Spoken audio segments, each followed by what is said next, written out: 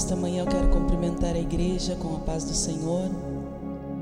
Quero compartilhar com os irmãos um texto da palavra que diz assim, no Salmo 95. Venham, vamos cantar com alegria, louvando o Senhor, pois Ele é a rocha da nossa salvação. Vamos chegar diante dEle com os corações cheios de gratidão. Vamos louvar o Senhor com ações de graças, pois o Senhor é o grande Deus. Ele é o grande Rei acima de todos os falsos deuses. A Ele pertencem as profundezas da terra e os montes mais altos lhe pertencem. Os mares também lhe pertencem, pois foram criados por Ele. Os continentes foram feitos pelas suas mãos. Venham, vamos nos ajoelhar e adorar o Senhor que nos criou. Ele é o nosso Deus e nós somos o seu povo. Somos suas ovelhas e Ele é o nosso pastor. Aleluia.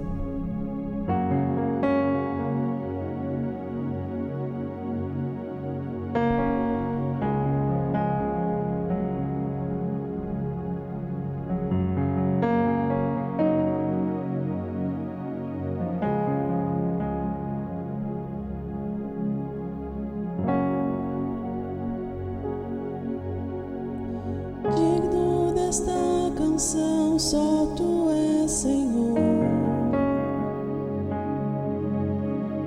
Digno do meu louvor, só Tu és, Senhor.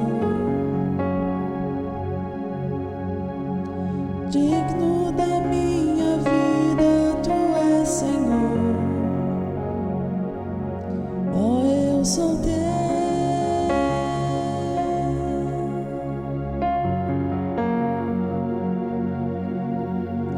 Nome que é sobre todos é o Teu Jesus. Fonte da salvação, só Tu és, Jesus.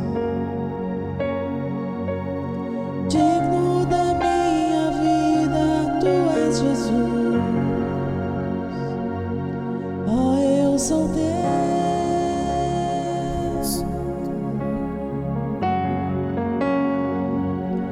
Eu sou Teu.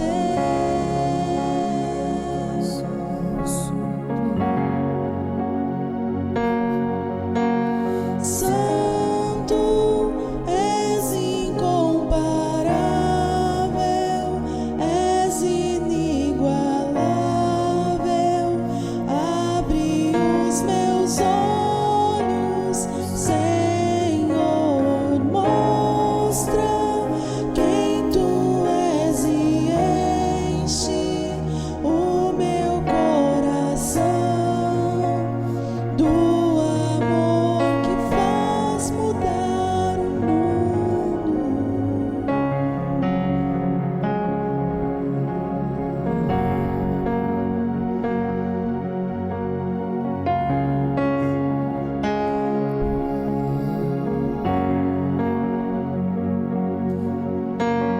Digno desta canção, só Tu és, Senhor.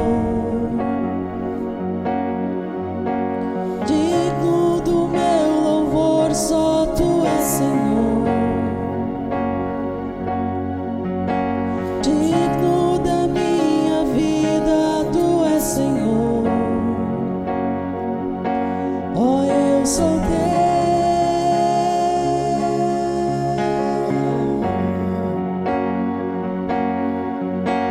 Nome que é sobre todos é o Teu Jesus. Fonte da salvação, só Tu és, Jesus. Digno da minha vida, Tu és, Jesus. Oh, eu sou Teu.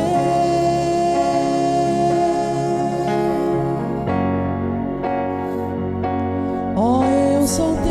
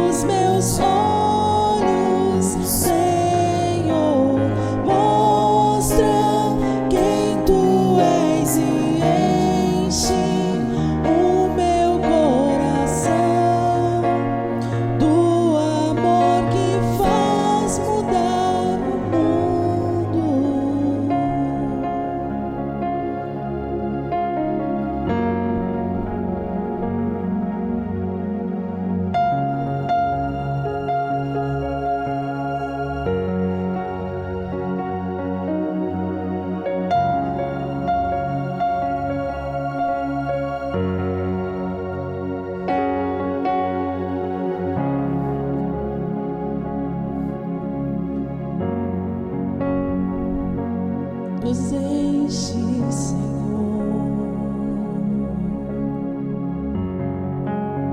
nos enche do teu amor,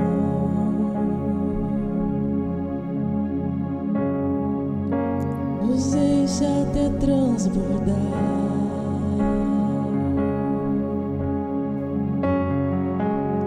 Nos enche, Senhor.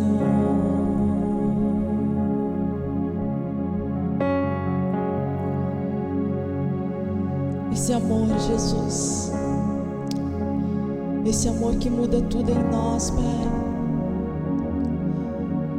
Esse amor, Senhor, Jesus, que pode ser percebido, que pode ser sentido, Jesus, que pode ser visível, Pai. Nos enche desse amor, Jesus. Esse amor que sim faz mudar o mundo, Pai, faz mudar as vidas, Jesus. Nos enche, nos enche.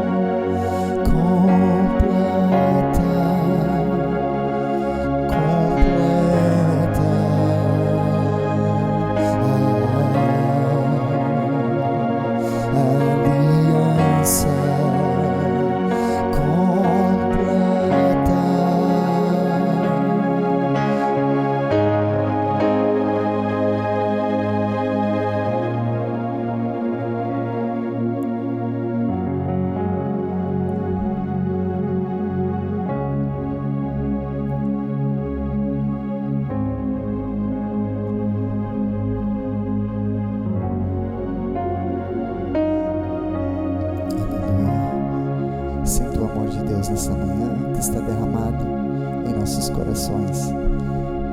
Cumprimente a pessoa que está ao seu lado. Nesta manhã vamos estar celebrando o nome do Senhor neste culto. Amém. Queremos saudar a todos nesta manhã com a doce paz do nosso Senhor Jesus Cristo e dizer que é uma alegria estarmos reunidos novamente, compartilhando dos louvores, da palavra de Deus, neste momento ainda de uma certa forma em isolamento, em distanciamento, mas já de uma situação bem melhor do que nós estávamos ontem. Nós tivemos uma reunião de lideranças na sexta-feira, nós estávamos ali com as irmãs e faziam mais de 5 meses que nós não nos reuníamos daquela forma. Foi uma tarde, horas não foi uma tarde inteira, foram 2 horas e meia, 3 horas que nós tivemos juntas e foi muito especial.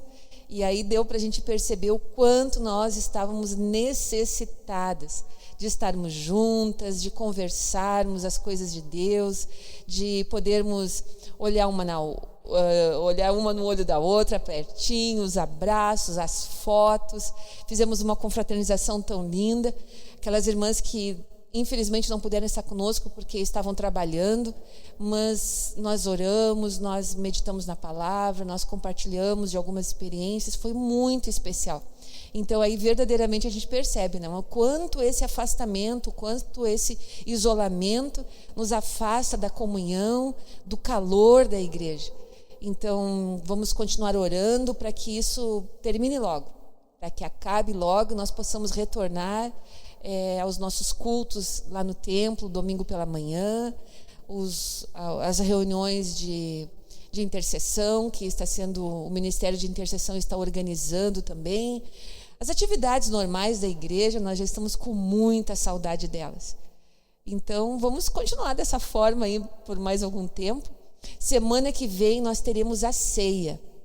E a ceia vai ser celebrada lá no templo, com os grupos Lar e Vida. Então, os grupos eles foram divididos pelos dias da semana, terça, quarta e quinta, e os líderes, então, vão estar organizando a ceia e vamos poder tomar a ceia juntos, em comunhão, em unidade, assim como o Senhor Jesus tem nos ensinado.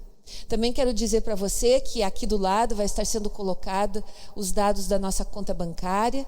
Temos conta no Bradesco, e ali você pode estar fazendo os depósitos, as transferências dos dízimos, das ofertas, das doações espontâneas que você quiser fazer, e também sobre o projeto das cadeiras. Se você ainda não está fazendo parte deste projeto, eu convido você a se solidarizar a esta campanha que nós estamos fazendo, para que nós possamos dar continuidade à obra, porque faz parte da obra também, e isso é algo que está impedindo também algumas coisas que possam acontecer. Então procure um líder do Grupo Lar e Vida e diga, estou aqui, estou me alistando para esse projeto das cadeiras, ok? Eu quero compartilhar rapidamente aqui com você uma palavra, uma mensagem da palavra de Deus, mas antes eu quero falar para as mulheres. Nós falamos na reunião que tivemos a respeito do Singularidade, essa proposta, esse projeto que já está em andamento, algo muito especial. Eu particularmente, eu estou muito feliz, eu tenho dito isso e digo para as pessoas que estão mais próximas, é como um filho que tenha nascido. Foi gerado mais de 9 meses no ventre, muito mais do que isso. aperfeiçoado, deu muito trabalho, ainda está dando trabalho. Nós estamos fazendo ele totalmente voltado para a ferramenta que nós possamos fazer online, através do Instagram, através do Facebook, através do site que nós estamos montando. Então, para quê? Para que você possa receber o melhor daquilo que Deus tem nos dado, para o nosso tempo como mulheres dessa geração. O Senhor nos chama a fazer diferença. E a diferença que nós fazemos não é simplesmente porque nós queremos, ou porque nós vestimos uma roupagem de perfeição. Mulheres correndo de um lado para o outro, em tantas atividades, né, em fazer tantas coisas, e muitas vezes esquecendo da sua essência, esquecendo de quem ela é, dos limites que ela tem, daquilo que ela precisa estar bem com ela mesma, para que possa desenvolver todos os seus papéis, todas as suas funções. E o Singularidade vem com essa roupagem, com essa característica. E nós vamos iniciar, nós vamos abrir as inscrições, você vai se preparando aí semana que vem. E nós vamos iniciar com um curso de ensinamento, de aprendizagem. Serão 5 temas que nós abordaremos, 5 temas e 3 encontros ao vivo, todos eles através da internet. Então, se você ainda não tem as ferramentas, se você não tem os instrumentos, você procure sua líder, você me procure, não tenha vergonha de dizer, olha, eu não entendo, eu não sei como funciona, nós vamos passar todas as orientações. Mas vão ser momentos de edificação, momentos de crescimento, momentos em que nós vamos nos quebrantar, momentos em que nós vamos compreender diversas áreas da nossa vida. E serão 5 temas, abordando o lado do ser mulher, da alma feminina, será um dos temas. Depois, nós vamos estar falando sobre a história da nossa vida, nós vamos estar falando sobre a beleza, abordando o nosso corpo, falamos muito do espírito, conhecemos muita coisa sobre a alma e cuidamos tão pouco do nosso corpo. Sequer conhecemos os limites que o nosso corpo tem. Então, nós vamos estar falando sobre o corpo, nós vamos abrir as janelas e as cortinas da alma e nós vamos, depois, o último tema será contemplar o ser plena, exatamente como Deus criou, a obra de criação de Deus. Nós somos essa obra. Como você está cuidando da obra da criação de Deus? Então, este primeiro módulo, que vai abordar eu comigo mesma, ele tem o título, Sim, essa sou eu.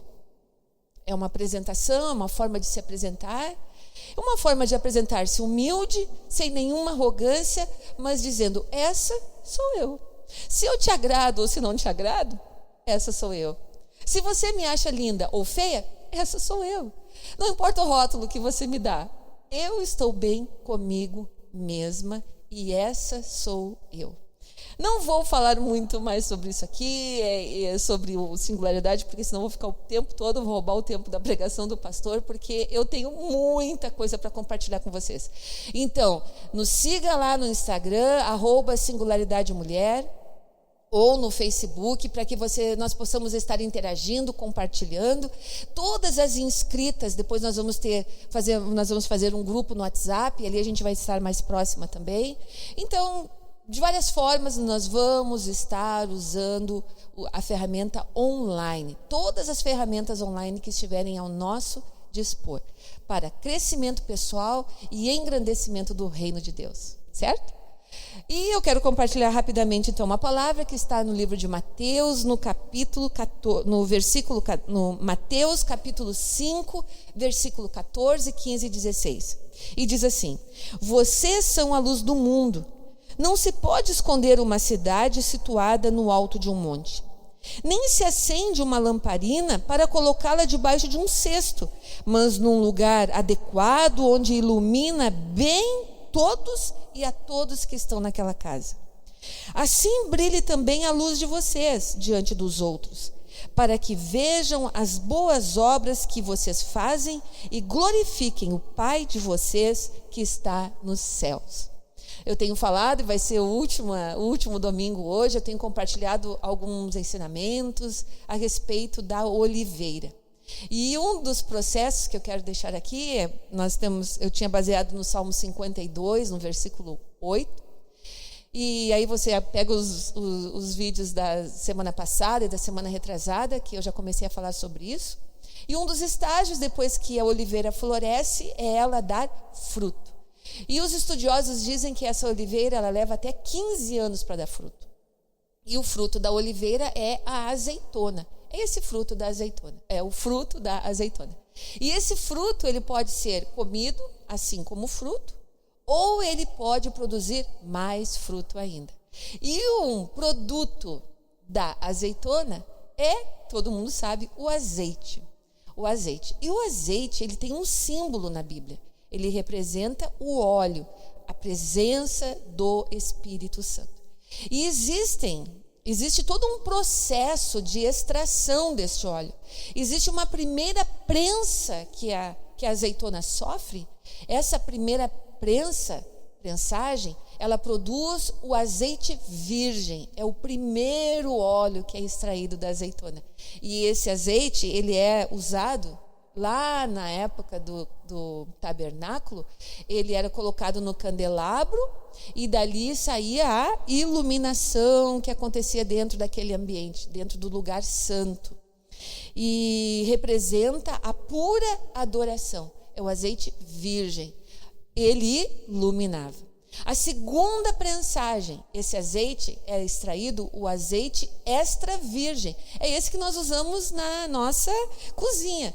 Você se alimenta, eu coloco ali na minha salada, coloco na cozinha o azeite extra virgem. É a segunda prensagem da azeitona. E serve para quê? Para alimento. A terceira prensagem, ela serve é o azeite, que ele é feito exclusivamente para colocar na iluminação dentro das casas. A primeira prensagem era destinada ao tabernáculo, ao templo, à casa do Senhor. Essa terceira prensagem, esse azeite que é extraído, esse óleo que é extraído, ele serve para iluminar as casas. E a última prensagem, a quarta prensagem, olha quanto se extrai desse fruto. A quarta prensagem, ele era feito ele era utilizado para fazer o sabão, fazer a limpeza. O sabão que se usa dentro de casa, que faz a limpeza da casa, a limpeza do ambiente, das roupas. Quarta prensagem. Quando o Senhor está falando aqui que nós somos a luz do mundo, nós podemos pegar este símbolo e usá-lo como uma referência. Nós, com este óleo, a presença do Espírito Santo de Deus em nós, dando fruto aonde quer que nós estejamos. Fomos feitos para iluminação. Iluminação da nossa casa, iluminar as pessoas que estão próximas, as pessoas que estão longe, iluminar aonde quer que nós estejamos.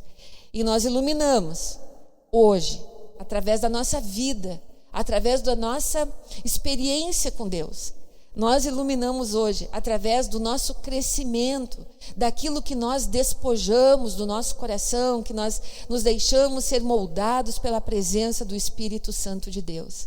Este óleo que está em nós e que vai sendo derramado, que vai sendo acrescentado, ele vai estar em nós e ele vai servir também para que nós possamos estar espalhando este fruto, essa virtude que é a presença de Deus nas nossas vidas. Então eu deixo para você essa meditação, que você possa meditar, começando lá no Salmo 52, como o salmista falou no versículo 8, eu quero estar como uma oliveira florescendo dentro da casa de Deus. Depois da floragem, ela dá o fruto, e este fruto, ele vai passando por prensas.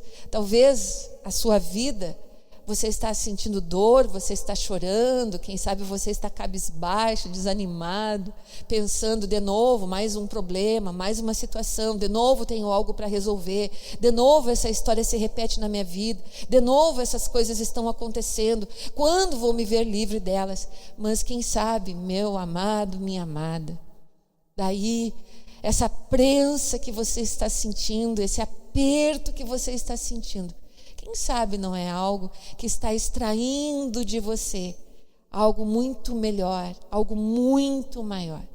Quem sabe se você simplesmente se sujeitar ao amor de Deus, olhar para Ele e tentar enxergar e compreender aquilo que Ele está dizendo e fazendo. Isso não é para morte, não é para desespero, não. Por mais que esteja doendo, pode ser que seja para que produza um fruto, e um fruto agradável, um fruto, como está dito aqui em Mateus, um fruto que vai glorificar a vida de Deus e vai também glorificar a sua vida, porque quando a glória passa por nós, glorifica também a nós. Somos filhos de um Pai amoroso, que nunca esquece de nós. Nunca esquece de nós. Por mais que possamos não compreender o agir, o viver, o andar, existe sim algo doce, existe sim algo sublime, existe sim algo amoroso da parte de Deus para as nossas vidas. Então eu vou estar passando para o pastor. Tenha uma semana abençoada, tenha uma semana cheia da presença do Espírito Santo de Deus, e que você não desanime, não, que você possa sim olhar para o autor e o consumador da sua fé. Ele tem sim resposta para todas as suas perguntas, e nós somos dependentes dele e deste amor também. Então que Deus os abençoe. Meus queridos irmãos, quero saudá-los nesta manhã com a paz do Senhor, dizer da minha alegria de podermos estar juntos através deste culto online e podermos ser edificados pela palavra do Senhor. Estamos vindo uma semana, como a Sandra falou, muito especial, e já nos movimentando, nos dirigindo para aquilo que fundamenta a igreja, né? Que são os alvos, as nossas reuniões,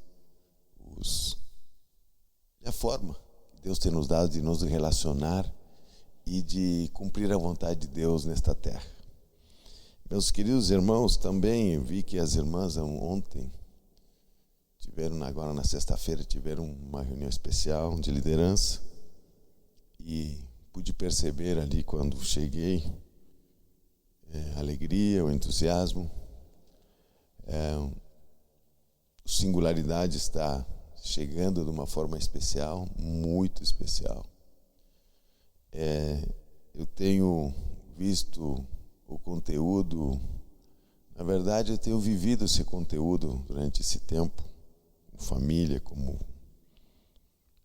e eu creio que as irmãs, as mulheres serão muito edificadas pelos conteúdos que ali estão projetados para vocês. Então, tenho dúvida que estaremos entrando nesse novo momento de uma forma muito especial.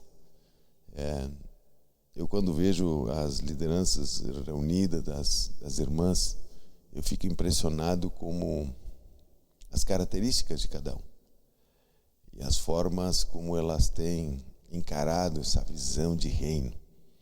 É muito especial.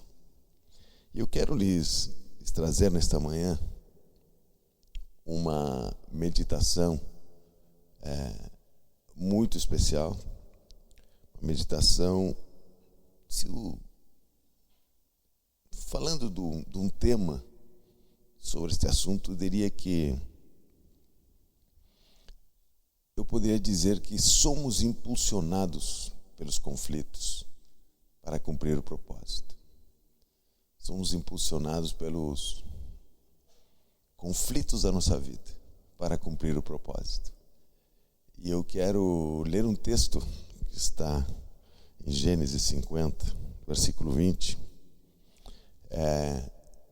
falado por José.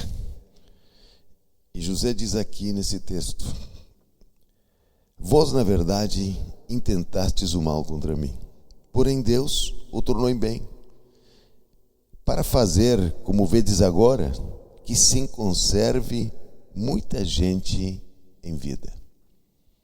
É uma manifestação de José, já no final de Gênesis,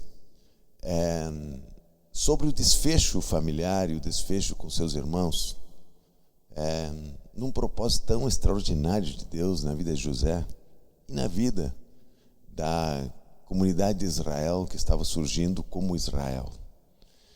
E o primeiro fato que aqui realmente aparece, quando nos examinamos a vida de José, nós encontramos na vida de José muita fidelidade na vida de José. Características que aparecem já no capítulo 37, da forma que ele se conduzia diante de Jacó. Ele se conduzia com muita fidelidade.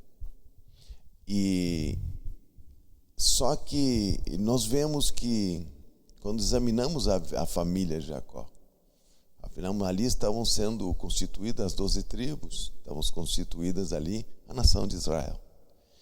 E vemos que esse aspecto de nação, aspecto de comunidade, o aspecto de relacionamentos entre eles, elas nos trazem reflexões importantes. Veja só que nós falamos que impulsionados pelo conflito para cumprir o propósito. E vemos que José, naquele momento, o que ele manifesta isso. Ele manifesta, sim, Senhor. Ele manifesta um amadurecimento sobre o propósito extraordinário de Deus na vida de José e toda aquela nação. Ele, em nenhum momento, ele vê os seus desafios de conflitos entre os irmãos como uma coisa que realmente o deteve. Pelo contrário, ele disse, bem claro aqui, ele disse, na verdade, houve um intento de mal contra mim, diz ele. Ou seja, uma injustiça, algo que não estava aparentemente certo. Mas Deus o tornou em bem. E ele traz o desfecho para que a vida fosse conservada. Nesse panorama eu quero os levar a refletir, a gente poder refletir nesta manhã, como realmente Deus cumpre um propósito, como Deus nos leva para esse propósito através dos relacionamentos. E veja só, queridos irmãos, que se Deus trabalha por meio de conflitos, para transformar seus discípulos, trabalhando principalmente, em firmar o nosso caráter e nos fazer compreender, meus irmãos, a oração de uma forma diferente, nos fazer entender a oração, de nos fazer nos levar pelos caminhos da oração que nos traz uma intimidade, que nos traz algo que possamos realmente ter um relacionamento com Deus. Deus trabalha realmente, Ele ocupa os relacionamentos para fazer isso. Eu quero lhes chamar a atenção que nos dois pontos, no ponto de entrega das nossas vidas a Deus e no ponto da oração, esses dois altares que são simbolizados no Velho Testamento, pelo altar de bronze, que ele simboliza, vocês cantaram nesta manhã, eu me entrego por completo. Agora, será que nós compreendemos o que é entrega por completo? O que nós estamos dizendo para Deus, como dizendo, nós entregamos por completo? Porque nós relacionamos com Deus através da graça e a fé. É mais fácil de que nós nos relacionarmos com a parte prática, com as pessoas, conectarmos as pessoas. Nos conectarmos com as pessoas é bem diferente de nos conectarmos com Deus. E veja só que esse altar de bronze que simbolizava a entrega completa, o altar de holocausto, o altar de bronze que estava na entrada do tabernáculo, era o primeiro altar que o homem ele se encontrava. era ali que aquela oferta queimava totalmente, como um símbolo de entrega completa. E esse fogo do altar de bronze, o fogo do altar de bronze, era que acendia o fogo do altar de incenso. Ou seja, a entrega completa é a única maneira de eu entender oração, de eu entender comunhão com Deus, de eu entender propósito de Deus. A única forma é a entrega completa. Essa ligação, veja só, quero lhes lembrar, no altar de bronze, quando a pessoa entrava no tabernáculo, havia o altar de holocausto ali, que era: eu me entrego a Deus. Eu me entrego. Aonde existe um versículo que diz a mesma coisa no Novo Testamento? Capítulo 12 de Romanos diz: entregai vossos corpos em sacrifício vivo, santo e agradável, que é o vosso culto racional. E não vos conformeis com este mundo, mas transformai-vos pela renovação de vosso entendimento.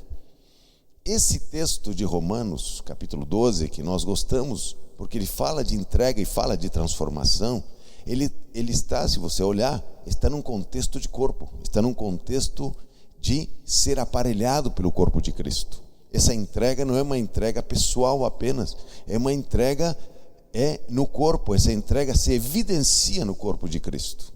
Então, quando nós estamos falando de que na entrada do tabernáculo nós tínhamos o altar de holocausto, Levítico capítulo 1, e ele dizia: para ser aceitos é a palavra, ou seja, essa oferta é para nos entregar, para ser aceitos por completo.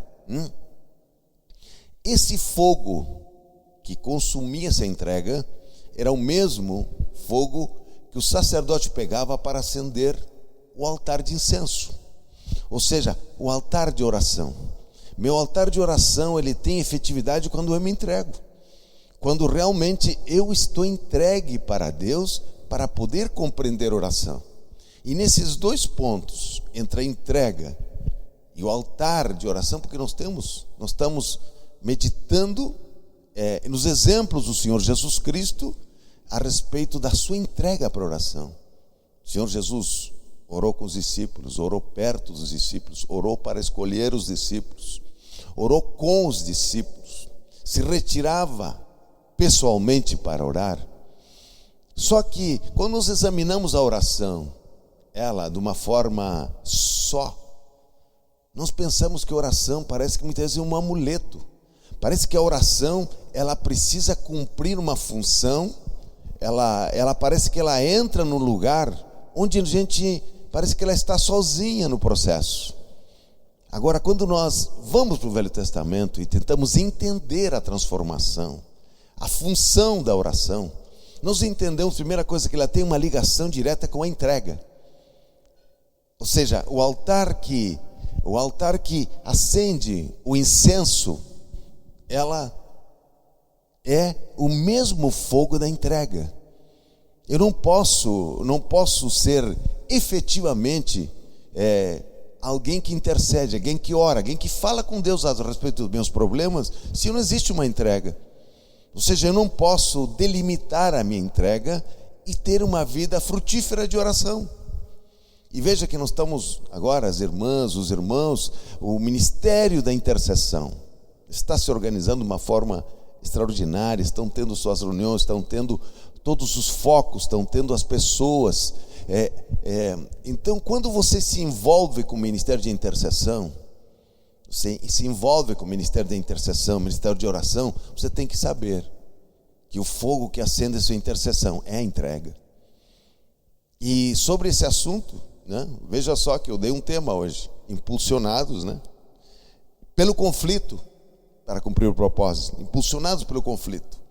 Então, dentro da vida de José, da sua saída, do propósito de Deus de José, e aquele versículo que eu li, que ele disse: mas Deus transformou em bem para gerar vida. Em quem Deus gerou vida? No próprio José. Agora me diga uma coisa: José não era fiel? José, você vê no capítulo 37 que ele procedia fielmente ao que Jacó lhe pedia.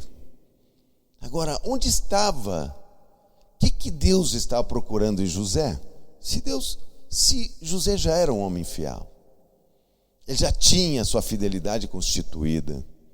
Agora, veja só, os problemas que aparecem nos seus irmãos, de inveja, de ciúmes, de se sentirem não tão acolhidos como José, porque José tinha 2 capas, José era cuidado de uma forma especial por Jacó. Todos aqueles conflitos que apareciam naquele momento, parece que Deus não está no processo, mas Deus está no processo.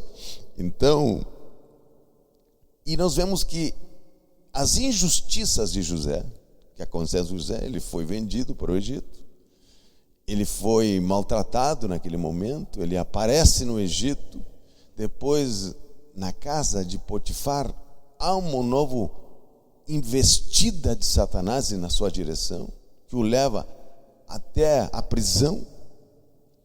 Nós vemos que no capítulo 40, ele revela sonhos do copeiro, e ali, veja como o homem, a sua carne, porque José, veja só, ele tem uma experiência do cuidado de Deus, que tudo que José fazia prosperava, diz o texto. Tudo onde José tocava, ele entrou na casa de Potifar e a coisa prosperava. Até Potifar se deu conta de como Deus estava na vida de José. Nós vemos que ele vai para a prisão, ele se torna o principal servo daquela prisão, porque automaticamente onde ele chegava as coisas funcionavam. E quando ele revela o sonho ao copeiro, no capítulo 40, ele revela o sonho que aconteceria nos próximos 3 dias com aquele. Um morreria e outro seria levado a copeiro-chefe de Faraó. Ele diz algo para aquele copeiro. Ele diz: quando tu chegues lá, lembra-te de mim. Agora, ele se lembrou de José? Não, a palavra é bem clara. Se esqueceu de José. Mas será que ele se esqueceu ou Deus o fez esquecer de José? Nossos problemas não estão fora. Se José estava ansioso para sair naquele momento, ele já estava cansado, porque estava vivendo um processo de geração de vida dentro dele para dar vida e acolhida à nação de Israel que estava sendo gerada pelos filhos de Jacó. E aquela comunidade está sendo gerada, e o ventre que estava acolhendo a geração dos filhos de Jacó era a formação, era José e o seu destino. E aí, quando a gente vê que José e o seu destino precisavam gerar vida para aquela nação, nós começamos a entender como Deus trabalha. Ou seja, Deus estava procurando em José vida, não estava procurando apenas propósito, estava procurando vida na vida de José. Então nós vemos que quando isso, aí eu ligo isso com o altar de entrega de José, o altar de bronze e a oração, ou seja, aquele momento onde diz o Senhor: aí eu virei a ti e me manifestarei a ti. Ou seja, a oração, ou seja, entre o altar da entrega e o altar de incenso da oração, está o candelabro e a mesa dos pães da proposição. Ou seja, tem a atuação do Espírito Santo no corpo de Cristo. Esse miolo, quero vos lembrar daqueles que de repente não tem tão claro o que eu estou falando. Entrada do tabernáculo, nós tínhamos o átrio.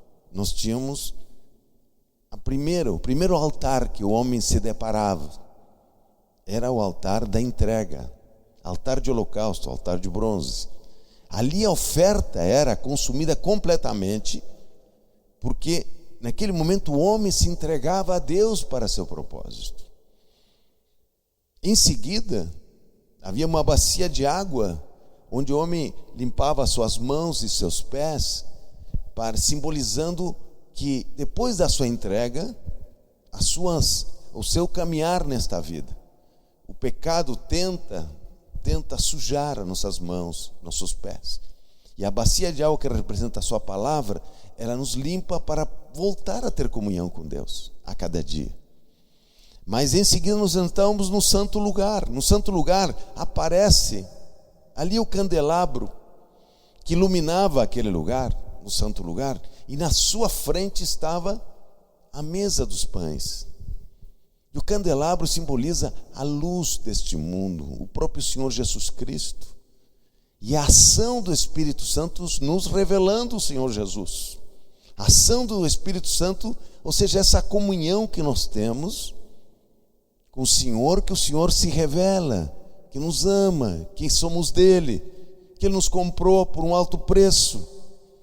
Capítulo 1, versículo 30 de 1 Coríntios diz: e o Senhor Jesus Cristo, da parte de Deus, se nos tornou sabedoria, justiça, redenção, porque somos dele. Ou seja, essa manifestação dessa comunhão, dessa relação vertical com Deus, esse símbolo do candelabro, esse símbolo da orientação de Deus que está no meio de nós, o Senhor anda no nosso meio, ela ilumina os pães da proposição.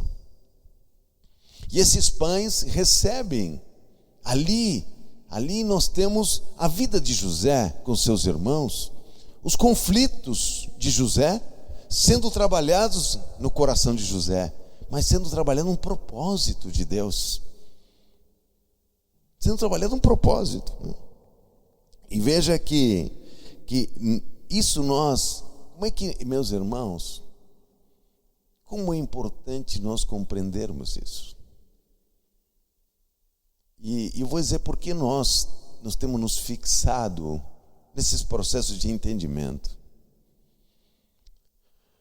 Porque, meus irmãos, nós dificilmente cumpriremos o propósito se uma igreja não tem uma visão de transformação, trazendo esses assuntos para que você reflita. Examine agora onde você está, se os seus problemas onde você está lidando com eles não estão simbolizados com relacionamentos. Se você vê que todos os problemas têm relacionamentos no meio, que devem ser enfrentados à luz do candelabro, à luz do corpo de Cristo. Eles precisam. Esse versículo de Romanos, entregai vossos corpos em sacrifício vivo, que tem um símbolo do altar de bronze, de entrega total ao Senhor.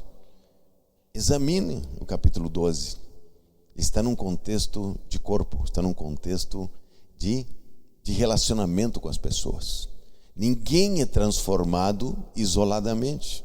Ninguém consegue ser transformado isoladamente no seu banco. Então veja só, eu quero lhe chamar a atenção nessa mesma visão do que o Salmo 32, versículo 8 nos diz. Ele diz que sobre minhas vistas te darei conselho, diz o Senhor. E quando ele diz sobre minhas vistas te darei conselho, esses olhos que aparecem ali são olhos físicos. Ou seja, nós perceberemos a ação de Deus através da parte física aos nossos lados. A presença de Deus estará nos nossos relacionamentos ao nosso redor. E nós perceberemos o cuidado de Deus.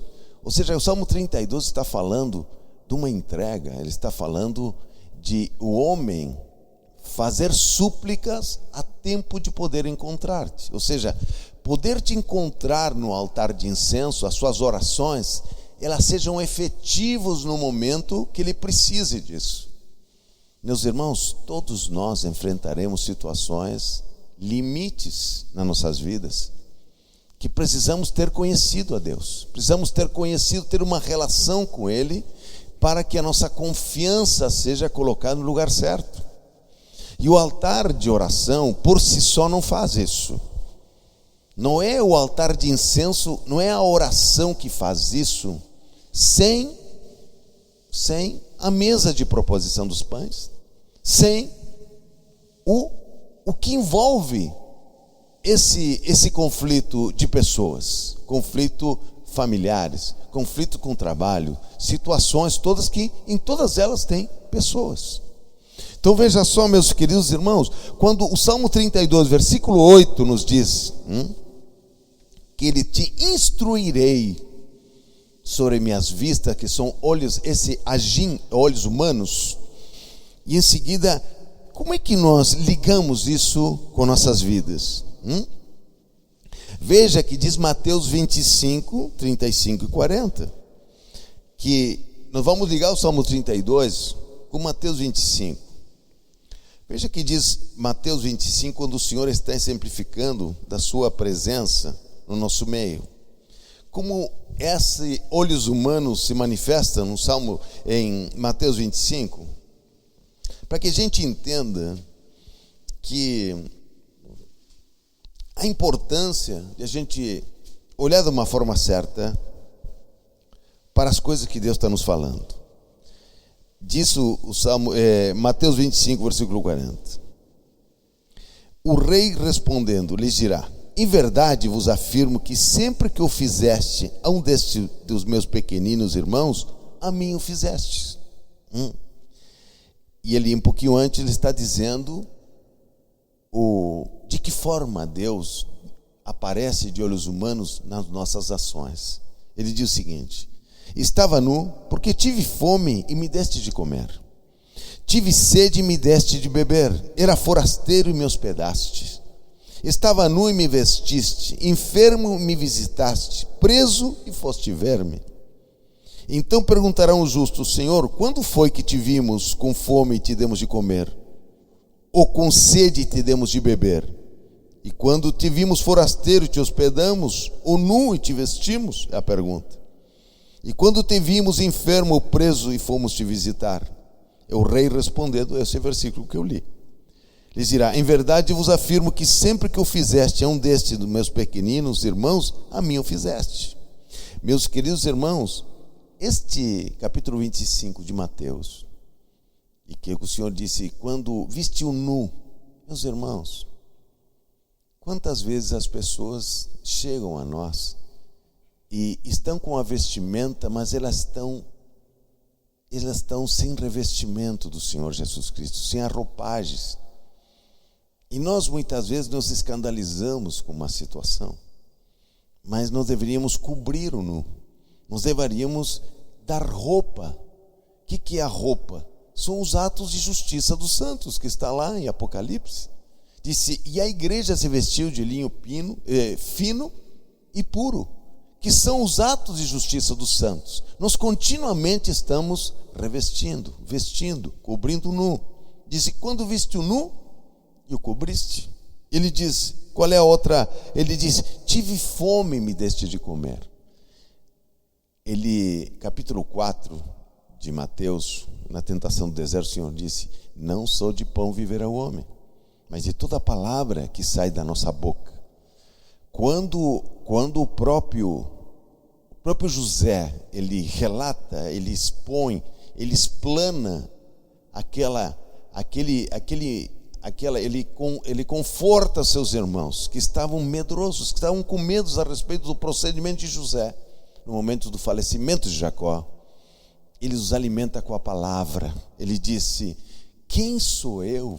Estou acaso no lugar de Deus? Vós tentastes o mal, ou seja, manifestaste algo que estava em vós, mas o Senhor o transformou em bem, para vos dar vida.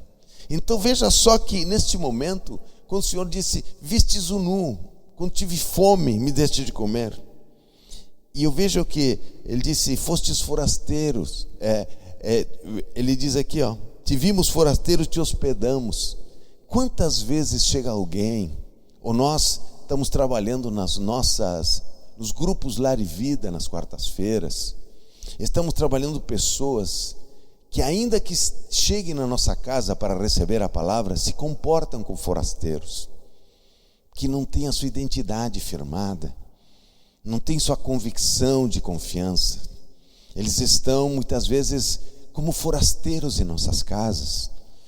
Muitas vezes eles estão são alimentados, temos um momento de comunhão, temos um momento de louvor, temos um momento da sua palavra, mas eles não se sentem, não conseguem se ver como filhos, e sim como forasteiros. E o Senhor disse: quando fizeste isso a alguém, o fizestes a mim. É o Salmo 32 dizendo: sobre os meus olhos te darei conselho. Ou seja, todas as atitudes de pessoas que estão com fome, que estão forasteiras, elas trabalham em nossas vidas a misericórdia. Eles trabalham em nossas vidas os sentimentos que estão dentro de nós. As pessoas que mais muitas vezes nos trazem uma afronta, nos trazem um desafio emocional de conflito. Nós não estamos apenas corrigindo, exortando e dando uma visão para a pessoa. Também Deus está trabalhando em nós. Deus também está trazendo. Então, esse aspecto de José, do trabalhar de Deus na vida de José, esse aspecto da igreja, do altar de holocausto e o altar de incenso, ou seja, por que nós oramos? Nós oramos porque temos comunhão com o Senhor. E oramos colocando nossas necessidades diante do Senhor. Agora, será que estamos vendo nossas necessidades de forma correta? Porque nós entendemos que o Espírito Santo, Ele é o formador do corpo, Ele é o que amadurece o corpo, Ele que nos leva a degraus mais importantes com Deus, de liderança, de responsabilidade, de formação do caráter. E por que isso está ligado à pessoa? Porque a formação moral nossa, de respeito, honra e honestidade, estão nos relacionamentos. Então, quando nós estamos enfrentando relacionamentos difíceis, nós precisamos nos acordar para o propósito de Deus. Agora, lógico, muitas vezes nós enfrentamos relacionamentos e não se conversa sobre o assunto, mas nós temos trazido o assunto aqui. Nós temos trazido como fundamental, para que você tenha uma vida, que você entenda a sua vida. Quando nós estamos trazendo essa reflexão para você nesta manhã, é porque você examine a sua vida e o seu propósito. E de que relacionamentos, por mais difíceis, por mais conturbados, porque, meus irmãos, continuamente nós estaremos fazendo, nos examinando e examinando as circunstâncias. Quem é a maior pregação? Quem é a pessoa que tem mais influência sobre você? Você se pode parar no momento, diga para teu irmão: e você que fala para você 24 horas. Diga para teu irmão. E você que fala para você mesmo 24 horas. E você que tem a maior influência sobre você. Agora, se você está falando para você mesmo, sem percepção do que você está vendo, você está falando coisas erradas. Por isso o Senhor Jesus Cristo, na parábola do semeador, disse: vede como ouvis. Vede como ouvis, se vocês estão ouvindo certo. Porque quem tem se lhe dará. Então, veja só, ouvir de uma forma certa, para pregar para nós mesmos, para dizer para a nossa alma, para dizer para a nossa vida, o que nós estamos enfrentando. Nós precisamos levar em conta o seguinte: primeiro, a entrega no altar de holocausto. Segundo, quando vamos para o altar de oração, nós temos um meio, a ação do Espírito Santo, a ação do Senhor Jesus Cristo no meio da sua igreja. Então, quando nós temos esses dois, e a oração reflete, por que nós vamos amadurecendo na oração? Porque vamos encontrando as coisas certas que estamos pleiteando. Veja só que o Senhor disse: quando fizeste isso a um pequenino, o fizeste a mim. Então veja só que a identidade do reino, ela é manifesta pela misericórdia, pela visão correta e pelo entrelaçamento dos conflitos que nós estamos enfrentando. E meus irmãos, eu vejo que ninguém é mais influente na sua vida do que você mesmo. Agora, o que você está pregando para você? Outra coisa, nossos relacionamentos não são opcionais.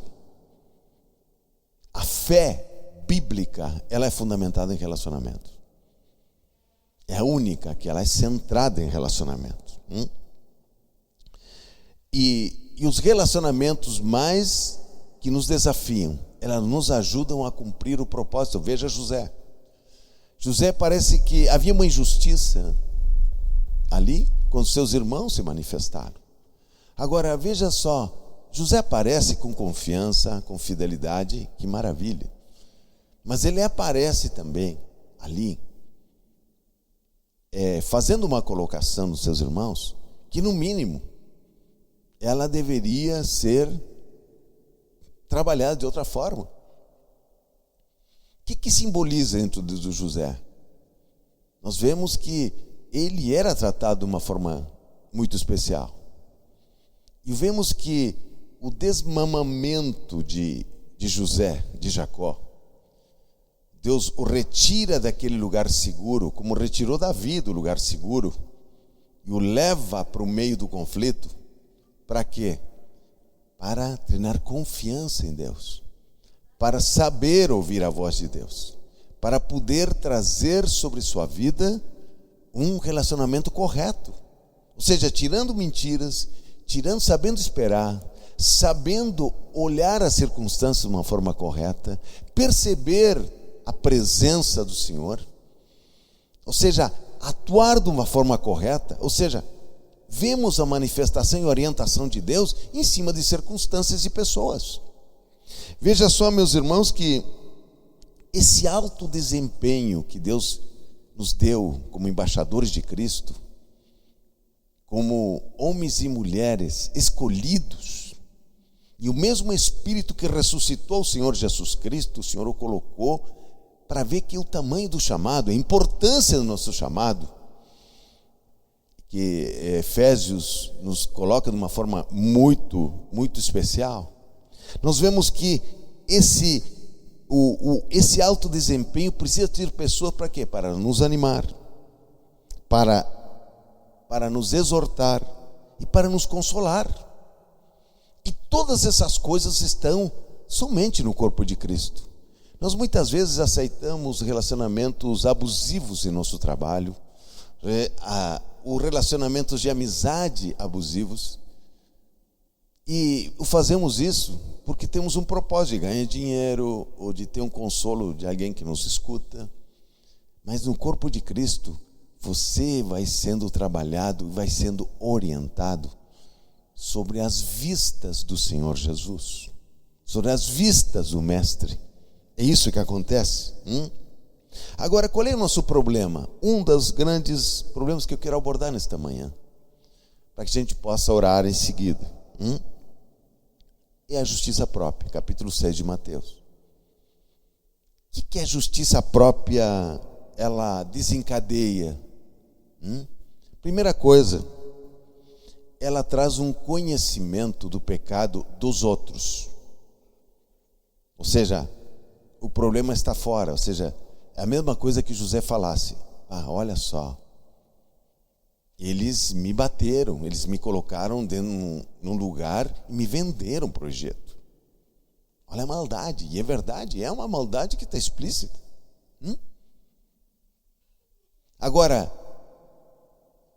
o que isso faz, a justiça própria naquele momento? Retira a confiança em Deus e não nos deixa avançar para aquilo que Deus quer nos mostrar e alargar nosso coração, com misericórdia, com entendimento, com paciência, com situações que vamos precisar na nossa liderança, que vamos precisar para liderar nossas famílias, que vamos precisar para liderar o povo de Deus, uma incumbência da mais alta nesta terra. E naquele momento, essa injustiça que aparece, nós vemos que a justiça própria retira a justiça de Deus. A justiça própria nos faz compreender sobre um prisma apenas. O problema está fora. Outra coisa que nos traz um problema, o desempenho. Nós entendemos que Deus está conosco quando estamos com alto desempenho. Nós avaliamos. A justiça própria nos faz olhar para os problemas das pessoas fora e o desempenho nosso. Sempre que essas duas coisas não estão bem, nós pensamos que Deus não nos ama e que tem alguma coisa que Deus não está gostando. E não começamos a compreender, por exemplo, veja só, irmãos, estou fazendo um paralelo com José. José é vendido para o Egito. Parece uma atrocidade aquilo. Em seguida, agora, quem imaginava que Deus utilizaria o Egito para resguardar a nação de Israel e eles voltarem para a sua terra prometida já nutridos, cuidados? Quem entenderia isso? Então, o projeto pessoal que Deus está tendo conosco, o centro das nossas vidas está no relacionamento que nós entendemos como maduro, que entendemos que Deus é o grande diretor dessa peça. E veja só que, meus irmãos, ele diz, primeira coisa, a justiça própria nos retira ele nos traz uma cegueira. Uma cegueira, diga para teu irmão, uma cegueira de identidade. Porque nós sempre que olhamos para fora, olhamos os problemas. Primeiro, os pecados dos outros. Capítulo 7 de Mateus disse que nós vemos, não conseguimos ver a trave, não conseguimos ver o que Deus está querendo falar conosco. Eu quero lhe chamar a atenção uma coisa. Muitas vezes você lida com situações que se repetem. Situações que te confrontam, que se repetem, que afetam teu físico, que afetam tuas emoções, que afetam a tua comunhão. E você não tem explicação para isso. Muitas vezes você diz, mas por que isso aqui, hein? Por que isso aqui não vai embora? Por que isso aqui, já orei a Deus? O próprio Paulo diz, orei 3 vezes ao Senhor, o Senhor diz, minha graça te basta. Alguns dizem, teólogos falam a respeito disso, mas a essência desse assunto de Paulo é que Deus trazia aquilo, protegia Paulo de algumas das suas debilidades, de tantas coisas que Paulo tinha, que Deus tinha dado no seu propósito. Paulo também tinha debilidades, e a sua fraqueza muitas vezes o colocava em contato com a sua humanidade, aquele que tinha subido ao 3º céu, que tinha visto Deus, que Deus operava maravilhas pelas suas mãos, que Deus tinha resgatado, que Deus teve um encontro com ele. Paulo também. Meus irmãos, nós ignoramos, quando usamos a justiça para olhar para fora, ignoramos que temos pecado. A justiça própria não nos deixa ver que temos pecado. 1 João 8 diz, porque se dizermos que não temos pecado, mentimos. Ou seja, não considerarmos o pecado, nossa atuação diária, nos cega. Nos cega para quê? Nos cega para termos, meus irmãos, para que a gente possa realmente entender quem somos diante de Deus. Ser misericordioso, ser avaliador das nossas situações e olhar para nós e ver que existem coisas na nossa vida que não estão corretas, coisas que não estão, eu não estou dizendo como julgadores metódicos de um texto, como a Sandra disse, dos manuais, não é isso. Nós olhamos que alguma coisa Deus está falando conosco, está nos trazendo um entendimento e quer nos dar mais entendimento através do relacionamento. Então veja só que o problema da justiça própria é que nos cega por desempenho e por julgamento, e não nos deixa olhar para nós mesmos como homens e mulheres cheios de propósito, embaixadores, chamados. É verdade que muitas vezes você está num lugar que não se traz esse ensinamento. Muitas vezes nós não estamos questionando o nosso viver diário. Agora, nós temos um compromisso de discipulado. Nós temos um compromisso que à medida que você vai vivendo as tuas emoções, e vou dizer uma coisa, você não precisa esconder as tuas emoções, a manifestação. Não precisa. Você precisa entender apenas o que está acontecendo com você. Se você está no ramo de fora, você está olhando a justiça própria. José podia ter feito isso. Diz, olha, eles foram ruins comigo, por isso eu estou sofrendo isso. Você não vê a manifestação de José. Você vê José com vontade de sair daquele lugar. Você vê com José com aquilo, se entendia, mas acontecia que José percebia a presença e os caminhos se abriam onde ele estava. Ele estava vivendo aquela limitação, mas estava vendo a presença, estava vendo a limitação. Nós queremos sair disso.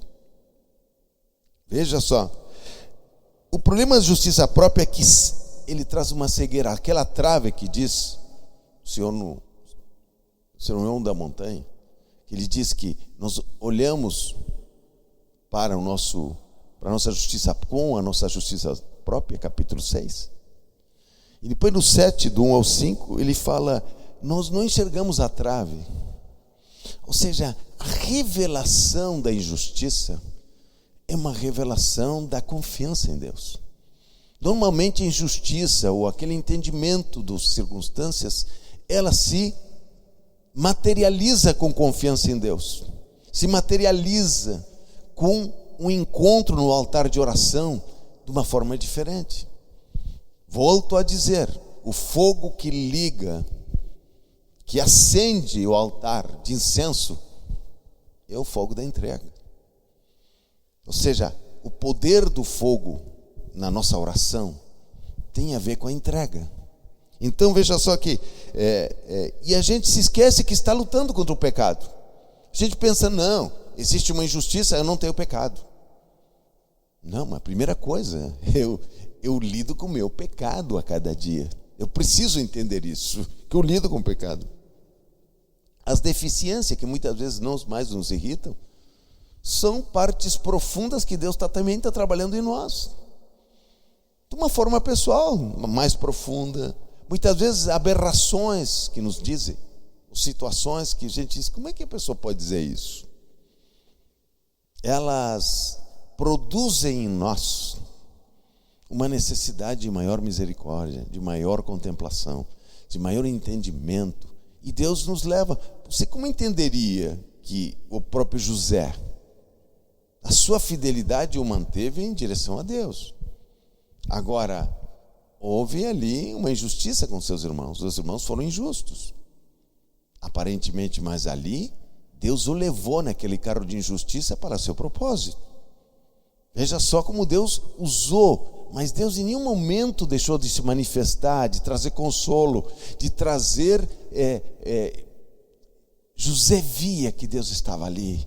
Ele estava experimentando a manifestação de Deus, abrindo as portas, trazendo a maldade, continuava a instigá-lo, mas ele continua a responder com a presença e a vida. Aí você vê, parece que terminou, não. Estava tão bem aqui na casa de Potifar, agora mais uma injustiça, estou indo para a cadeia. Mas o que está sendo trabalhado? Confiança, amizade com Deus. Você não está apenas sofrendo. O corpo de Cristo, ele é consolador, ele é acolhedor, ele é ensinador, ele é o grande ensinador. E ele descobre os pontos onde Deus está nos deixando mais parecido com eles.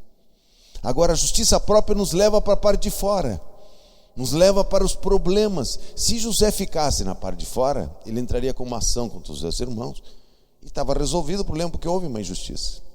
Agora, capítulo 6 de Mateus disse, olha, se a vossa justiça é própria, você não tem galardão lá em cima. Você já vai viver o teu, agora aqui, você vive a tua recompensa aqui. Aqui ele faz quando alguém aparentemente traz um manto de injustiça sobre nossas vidas, se nós nos ressarcimos dessa injustiça, nós não temos acesso ao reino. Nós temos acesso apenas a esta vida, ou seja, a recompensa desta vida. Você precisa entender isso. Então veja só que as deficiências dos outros que nos irritam, quantas vezes nós que já temos uma caminhada, normalmente nos trazem uma forma mais profunda que Deus necessita sobre nós, que nos traz essa vida. O sentimento de injustiça, meus irmãos, o sentimento de injustiça, a irritação pessimista, a amargura paralisante, ela nunca vem de um dia para o outro. Diga para teu irmão aí, olha só, sentimentos de injustiça, irritação pessimista e amargura paralisante, ela não vem do dia para o outro. Elas vão se gerando de um afastamento de entendimento de propósito de Deus. Na verdade, você foi criado para dar vida, você não foi criado para servir apenas. Você foi chamado para ser um discípulo. E se um discípulo é marcado, mathetes, é marcado por Deus, e discípulo é alguém que segue ao Senhor Jesus, que fica parecido com o Senhor Jesus Cristo. E se é possível, né, meus irmãos, que muitas vezes o que está acontecendo conosco parece que não tem uma resposta. Por quê? Porque muitas vezes nós estamos pregando sobre a vinda de Cristo, mas o que estamos vivendo no dia a dia não tem explicação, porque muitas vezes não temos acesso a esse tipo de orientação divina. Nesta manhã eu estou dizendo, você que está vivendo o seu dilema, a sua situação, a sua bênção, o seu relacionamento, ele precisa ser enquadrado na entrega. A entrega e oração, existe um caminho onde o corpo trabalha, com exortação, com orientação. Diz, consolai-vos, diz o Senhor, mas também diz, exortai-vos nos dias que se chamar hoje, para que o endurecimento do pecado não os leve a um afastamento de Deus.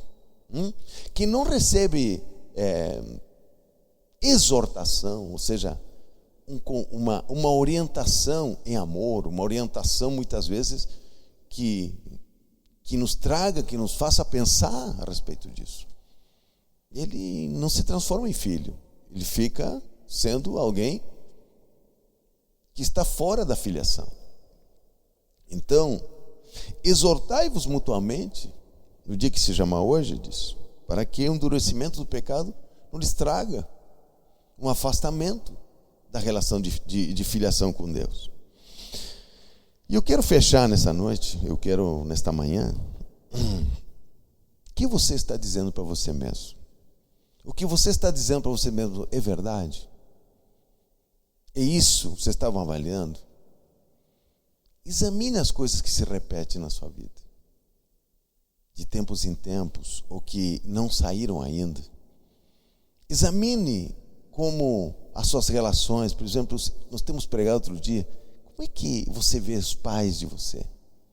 Normalmente, como você analisa teus pais, você repete no corpo de Cristo a mesma situação. Meus irmãos, neste fechamento, quero lhes chamar a atenção. Não pegue uma identidade substituta, baseada somente nas situações de fora que você vê,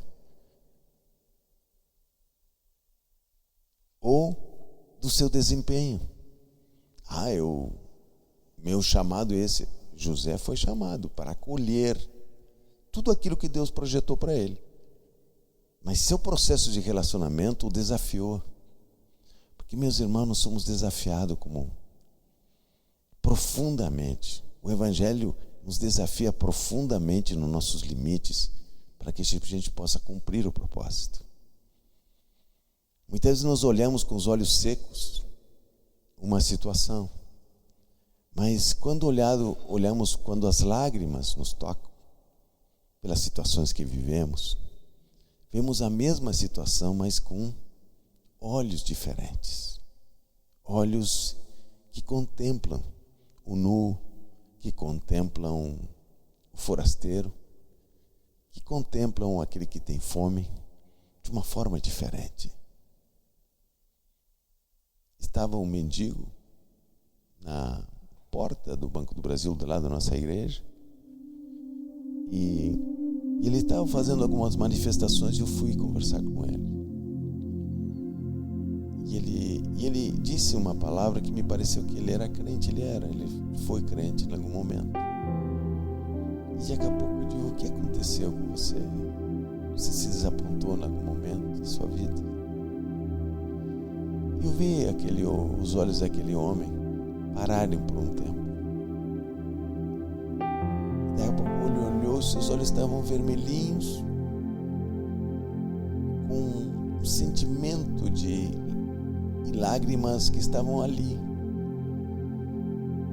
E ele só olhou, não falou nada, mas eu pude perceber que ele era uma pessoa que tinha família e que hoje estava morando na rua por vontade própria. Não era por roubar, não era por nada. É por uma decisão que ele tomou. Normalmente as pessoas que nós temos visto nas ruas, que temos orado por elas, elas têm um profundo desapontamento com as circunstâncias que viveram. Aquilo sacudiu tanto meu coração. Everton, o nome dele, que eu fiquei olhando para seus olhos e consegui imaginar, não sei que figuras vinham a seu pensamento, porque foi muito rápido que eu falei com ele. Que figuras de lembrança? Ele poderia ser um José que não cumpriu o propósito, alguém que se lembrava da injustiça de que os seus irmãos tinham feito, alguém que tinha visto a justiça do Egito condená-lo de forma equivocada, ou aquele lá na prisão, quando pediu para aquele senhor que lhe revelou o sonho, que se lembrasse dele. Ele não se lembrou. Passaram 2 anos, diz a Bíblia, quando ele voltou a se lembrar de José. Então, uma identidade substituta baseada nas coisas de fora e baseada em desempenho, elas me levam até um lugar. Só que depois a gente não tem mais força para gerar isso que Deus quer que se gerar em nossas vidas. Eu quero te convidar nesta manhã, num momento de reflexão. Onde estão as coisas que estão te trazendo, que não te deixam neste momento ter certeza a respeito do teu futuro, do teu relacionamento, da tua vida? Que coisas, situações com filhos, situações com a esposa, situações no teu serviço, insegurança que você tem? Eu quero te convidar nesta manhã, primeiro, a entregar mais uma vez a tua vida para o Senhor Jesus lá no altar de bronze. Ou, se você preferir, no Novo Testamento, entregai vossos corpos em sacrifício vivo, santo e agradável, com o vosso culto racional, em Romanos 12. Segundo, desenvolver o altar de incenso em função daquilo que os relacionamentos no corpo de Cristo vão nos mostrando, por desapontamento, por injustiças, por situações que acontecem, que Deus está no comando. Que nós possamos realmente ver que sentimentos estão no nosso coração. Feche seus olhos onde você está. Porque a palavra que lemos no Salmo 32 disse: sobre minhas vistas te darei conselho. Quem sabe você está com fome. Quem sabe você nesta manhã se sente um estrangeiro. Se sente, você está num lugar e quer estar em outro. De repente, nu, você está vestido, mas está se sentindo que não está revestida do Senhor Jesus, o revestido. Quero te convidar nesta manhã, a um momento ali onde você está. Coloca tua mãozinha no coração aqui. E eu quero orar por você. Senhor Deus e Pai, estamos aqui esta manhã, meus irmãos, que o Senhor os escolheu, lhes deu um propósito extraordinário nesta terra, como embaixadores de Cristo. Esta manhã, Senhor, eu oro para que haja um fortalecimento, que a visão seja ajustada, o capacete seja ajustado, que eles recebam nesta manhã esperança, que recebam nesta manhã convicção, que recebam nesta manhã destino, Oh, Ragamasei, Ligamai. Destino diante da tua presença, oh Pai, para que seu nome seja glorificado. Senhor, os abençoe nesta manhã. Que a sua palavra seja propulsora, esclarecedora, transformadora, para que seu nome se glorifique na terra, em nome de Jesus Cristo. Uma semana abençoada. Que Deus vos abençoe.